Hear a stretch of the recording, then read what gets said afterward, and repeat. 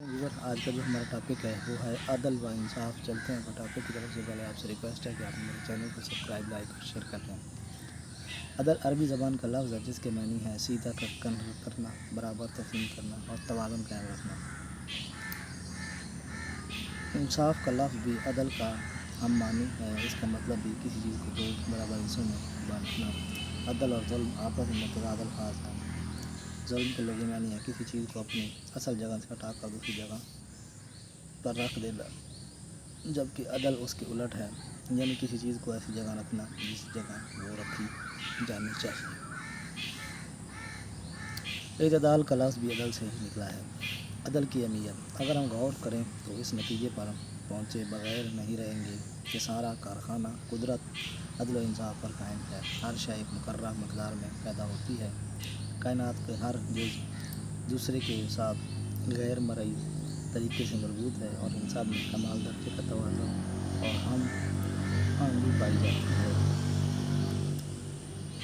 تمام اجرام خلق ایک دوسرے کی کشش میں جکڑے ہوئے ہوتے ہیں۔ ان کا درمیانی فاصلہ اور حکمت طریقے سے ناپا تلا ہے۔ اگر اس میں ذرا برابر فرق آ جائے تو یہ کائنات تباہ و برباد ہو جائے۔ مثلاً زمین اور سورج ہی کو لیجیے، یہ ایک خاص فاصلے پر قائم ہے۔ زمین ایک خاص زاویے سے سورج کی طرف جھکی ہوئی ہے۔ اگر سورج ذرا سا اور زمین کے قریب آ جائے تو یہاں کی ساری آبادی جل کر بھسم ہو جائے۔ اس طرح اگر وہ زمین سے تھوڑا سا دور ہو جائے تو یہاں کی ساری مخلوق سردی سے ہلاک ہو جائے۔ یہاں حال باقی اجرام خلقی کا ہے۔ قرآن نے بتایا ہے کہ جس روز سورج اور چاند ایک دوسرے سے مل جائیں گے اور روز قیامت آ جائیں گے۔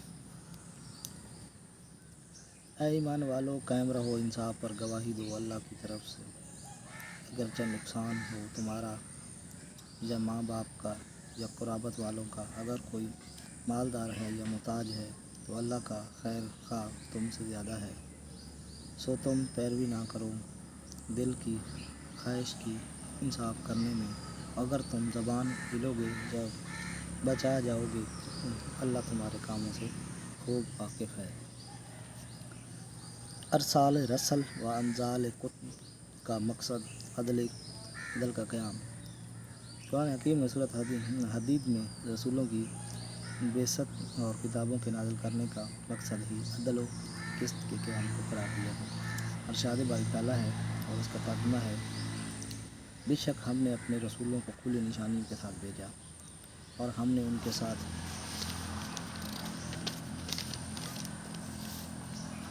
کتابیں بھی نازل کیں اور میزان بھی، تاکہ وہ لوگوں کو انصاف پر کھڑا کریں۔ گویا عدل اور انصاف وہ بنیادی ترین قدر ہے جسے اللہ تعالیٰ نے انبیاء و رسل اور آسمانی کتابوں کے نزول کا مقصد قرار دیا ہے۔ عدل کا یہ بنیادی تصور ہے جس کی پیروی و نفاذ اسلامی فلاحی مملکت کے بنیادی فرائض میں شامل ہے۔ دوسرے لفظوں میں ہم کہہ سکتے ہیں کہ اسلامی نظام قائم ہونے کا مطلب ہی عدل قائم ہونے کے مترادف ہے۔ اور واقعہ یہ ہے کہ اسلامی نظریات کے تحت اللہ تعالیٰ خود ہی وہ حدود متعین کر دیتا ہے جس میں افراد کے حقوق اور فرائض واضح ہوتے ہیں۔ اس کے تحت ہر فرد کو انفرادی طور پر اور پورے معاشرے کو اجتماعی طور پر اللہ کے سامنے جواب دہ بنایا گیا ہے۔ انسان کے کون سے اعمال باطل ہیں جن سے بچنا اور ان سے احکام جن کو بجا لانا چاہیے۔ ایک انسان کے دوسرے پر کیا حقوق ہیں اور دوسرے کے اس پر کیا حقوق ہیں۔ جدوجہد حیات میں جبری ضرورت کی تکمیل کے لیے کون سے طریقے جائز ہیں اور کون سے ناجائز۔ دولت کے حصول کا کون سا اصول اللہ اور اللہ کے احکام کی خلاف ورزی کراتا ہے اور کون سا قانونی اور جائز ذریعہ ہے۔ اجتماعی زندگی میں معاشرے کی بھلائی کے لیے افراد کے فرائض خاندان اور برادری، قوم اور ملت کے لیے بھی کیا گیا ہے۔